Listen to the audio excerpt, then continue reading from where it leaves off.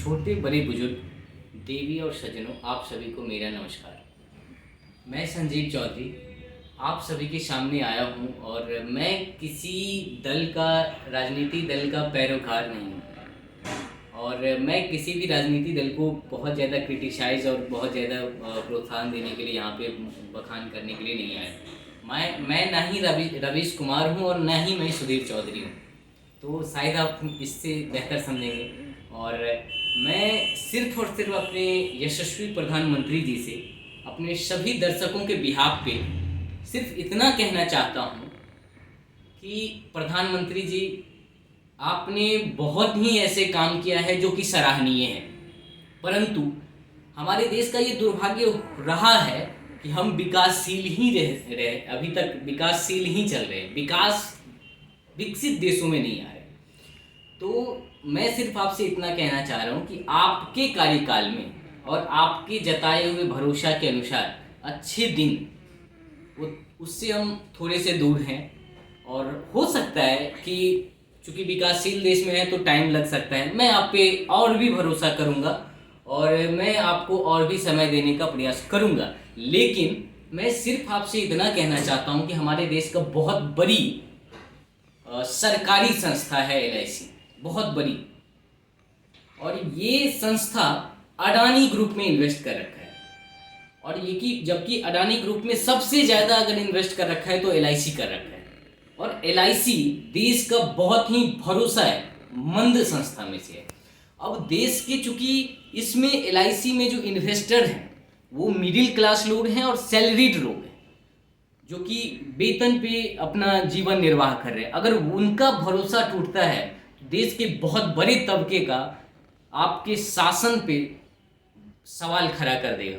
तो मेरा कहने का सिर्फ और सिर्फ यही है कि आपके बहुत ऐसे काम हैं इंफ्रास्ट्रक्चर को लेके जो कि सराहनीय हैं। देश पे 370 हटाए, राम मंदिर हटाए, जो कि बहुत पुराने मुद्दे थे, उसको आपने ख़त्म किया। इसके लिए मैं आपकी बहुत ही प्रशंसा करता हूँ और आभार हूँ।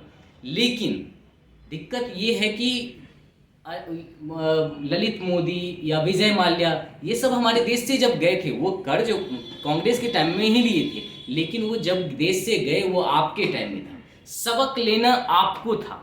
और दिक्कत ये है कि प्रधानमंत्री जी मोदी जी के कार्यकाल में सबसे बड़ा जो कमजोरी है वो है अर्थव्यवस्था को लेके। सबसे कमजोर मंत्रालय जो है वो है वित्त मंत्रालय, और आपके वित्त मंत्री जी सबसे कमज़ोर नज़र आते हैं हमारे देश की जनता। तो मैं और ये अभी अडानी का जो शेयर का अचानक से टूटना बहुत बड़ा विश्वास को कमज़ोर करने वाला मुद्दा बन जाता है। तो मैं आपसे अनुरोध करता हूँ, विनती करता हूँ कि आप कुछ ऐसा कानून बनाएं, कुछ ऐसा जनता के सामने पेश करें ताकि जनता को आप पे भरोसा हो, क्योंकि आप हमारे देश के शासन प्रमुख हैं।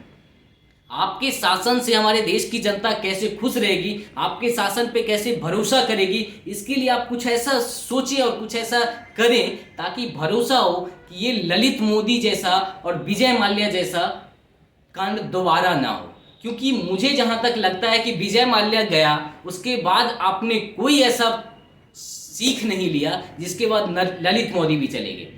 और दिक्कत वो नहीं है, दिक्कत ये है कि हमारे देश में जो इंफ्रास्ट्रक्चर में इन्वेस्ट कर रखा है वो सरकारी इन्वेस्टमेंट जो है वो मतलब अभी अडानी यूज कर रहे हैं।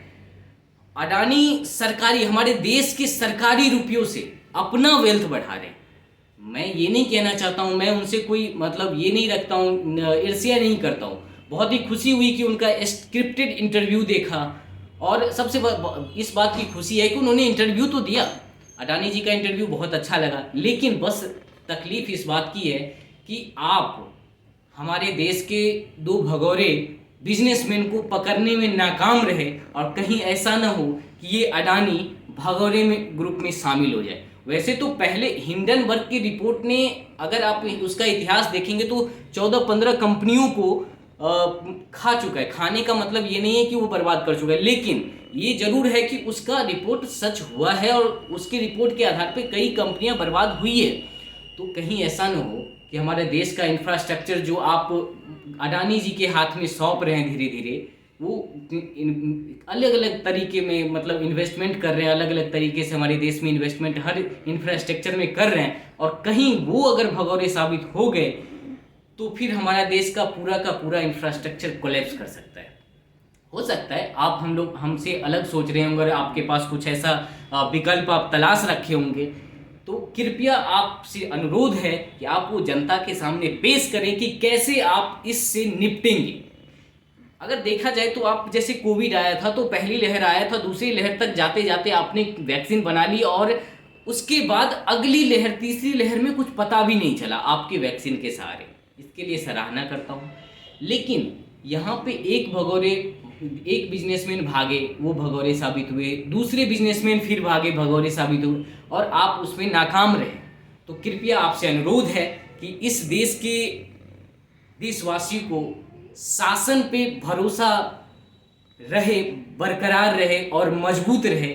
इस वजह से आप कृपया अपने कुछ ऐसे काम दिखाएं, जनता के सामने रखें, जनता के सामने कुछ ऐसे शासन तंत्र समझाएं कि इस शासन तंत्र के सहारे हम अपने इंफ्रास्ट्रक्चर को बचा सकते हैं, और वो अगर भगौरे साबित हुआ भी तो हम कैसे उससे खींच सकते हैं, या वो किस हद तक भगौरे साबित नहीं होगा। वो अलग बात है कि अडानी जी का इंटरव्यू है, वो बोल रहे हैं कि हम इस तरह से इन्वेस्ट कर रहे हैं, हम कभी भी कोलैप्स नहीं करेंगे, लेकिन भरोसा तो हम कैसे कर सकते हैं, क्योंकि दिक्कत ये है कि ऑलरेडी हम झेल चुके हैं और घाव अभी भरी नहीं है देश की, तो हम दूसरा घाव झेलने के लायक नहीं है। मैं अगेन कहना चाहता हूँ कि मैं कोई राजनीतिक दल का पैरोकार नहीं हूँ, लेकिन चूंकि इस देश के बिहार से बिलोंग करता हूँ तो हमारे खून में थोड़ी सी राजनीति जरूर बसती है। तो और चूंकि इस देश का नागरिक होने के नाते हम अपने दर्शकों के माध्यम से इतना जरूर आपसे अनुरोध करते हैं कि आप इसके लिए आगे आएँ और समझाएं और अपने भरोसा को कायम रखें, और हम लोग आप पे पूर्ण भरोसा कर सकें। इसके लिए हमें साहस की ज़रूरत है जो बहुत कमज़ोर हो चुकी है। तो धन्यवाद आपका कि आप इस देश का प्रधानमंत्री हैं और कुछ अच्छे काम किए, लेकिन कुछ अच्छे काम में बहुत ऐसे बुरे काम हैं, बहुत ऐसे नाकामयाब काम हैं जो कि आपके छवि को थोड़ी सी धूमिल जरूर कर रही है। तो कृपया आप इसको सुधारें और थोड़ा सा आप सामने आके जनता को विश्वास को मजबूत करने में आप हमारा सहयोग करें, हमारे दर्शकों को आप विश्वास दिलाएं कि आप कैसे इससे निपटेंगे। धन्यवाद।